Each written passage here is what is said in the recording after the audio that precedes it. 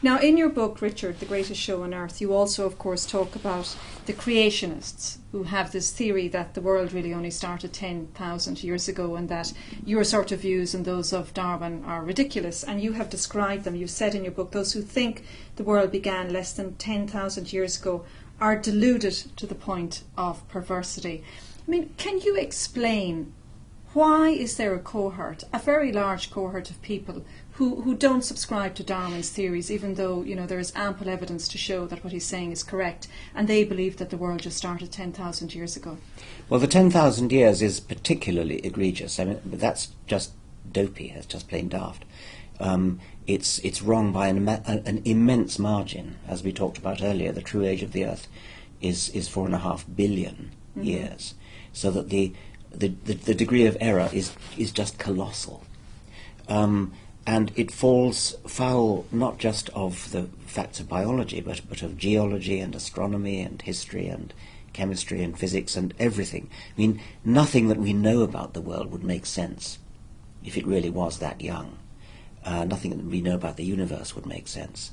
So it is an extraordinary piece of perverse illogicality and wanton ignorance. It's very hard to explain why anybody would want to do that. The immediate reason is because they want to believe that the Book of Genesis is true.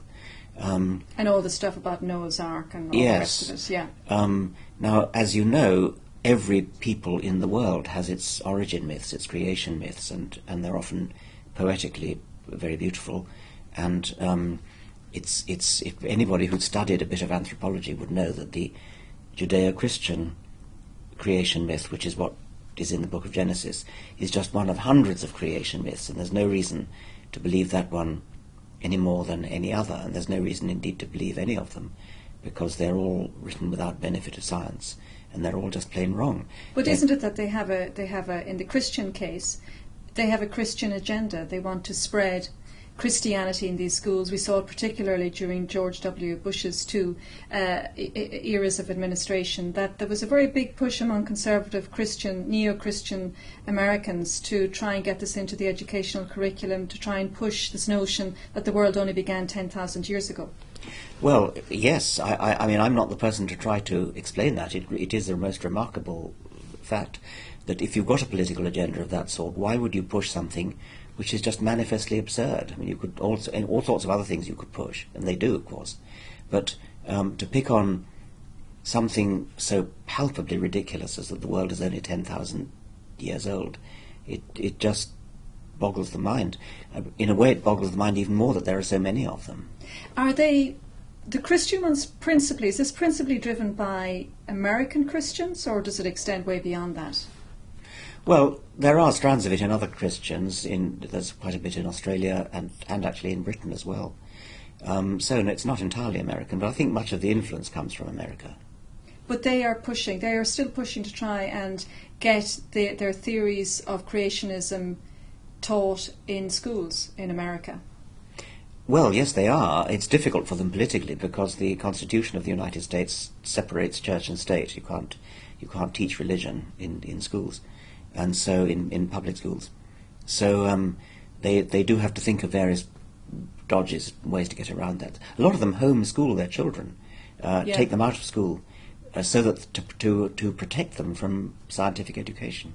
And you also mention in your book, you talk about the Islamic creationists as well. That was the first time I had come across that term, because I thought creationism, the theory of it, was usually associated with Christians, neo-Christians. What's the agenda of the Islamic creationists? Well, I don't know much about that, but my understanding is that they're taught that the Quran is the literal word of God, and so it must be true. Whereas most Christians, I say most Christians, it's still true that most Christians don't actually believe it's literally true. So there is that problem. My colleague Steve Jones in London says he's increasingly finding that in his lectures on genetics, he's getting kind of opposition from Muslim students who are perfectly happy to learn about genetics, but not evolution. There are Muslim creationists who don't insist that the world is old. sorry, that the world is young. They'll allow that the world is old, Yes. but they don't think that any evolution's happened. I mean, they think that creatures, all species were created as they are now, but they don't necessarily insist that it was as recent as 10,000 years ago. But they still subscribe to the view that life on Earth came about because of their particular God, whether Yes. it is an Islamic God or a Christian God or a Judaism, or whether it's also from Judaism. That's their principal view. Yes, it was that all living things were separately created by God.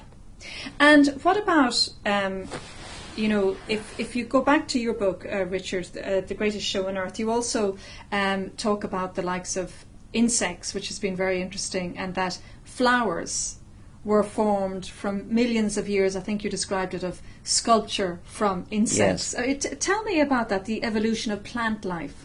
Well, flowers are sex organs. They are devices for propagating, for moving pollen onto stigmas, from moving the male to the female.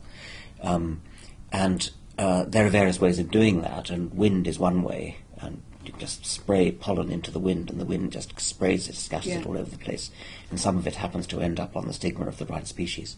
But there are more direct ways of doing that, and one of the ways is to bribe insects to carry the pollen, give the insects a bribe of nectar, or pollen itself actually, because the insects may eat some of the pollen or give it to their larvae.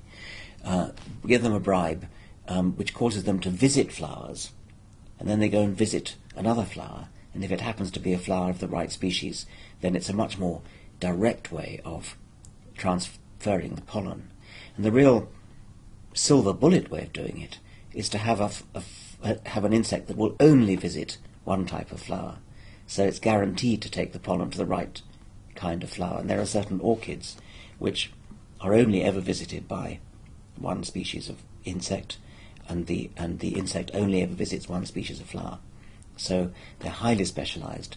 There are figs that are the same, and that's the magic bullet end of the spectrum. There are some flowers that, and flowers of course have bright colours and beautiful scents as well, to act as advertisements to attract the insects. So they're sort of bribing the insects and fueling the insects with nectar to act as ferries to carry the pollen. There are some orchids, again, that don't actually bribe the insects with nectar, but mimic female insects. So there are bee orchids where the flower looks like a female bee. The male bee attempts to copulate with the flower because it looks like a female bee, and in so doing becomes covered with pollen, or gets the pollen balls from the orchid, and then goes off and tries to copulate with another bee orchid. Yeah. And there are fly orchids and spider orchids and various other kinds of orchids. And is all life on this planet evolving all the time? Are we as human beings evolving all the time, for example? Well, it's a bit controversial whether we want to say that they're evolving all the time. Potentially, all life is evolving all the time, but it looks as though actually evolution is a very much sort of stop-and-go process, and it may go for a long time without very much evolutionary change, and then maybe a bit of evolutionary change may be quite rapid. So it's not a slow and steady, continuous process necessarily, and so it's not obvious that we are evolving at this moment. We may be and we may not be. Yeah, especially when you say that actually we've kind of been around in our present form, give or take a couple of changes, for the last 100,000 years. Well, 100,000 years is not long by evolutionary status. Yeah.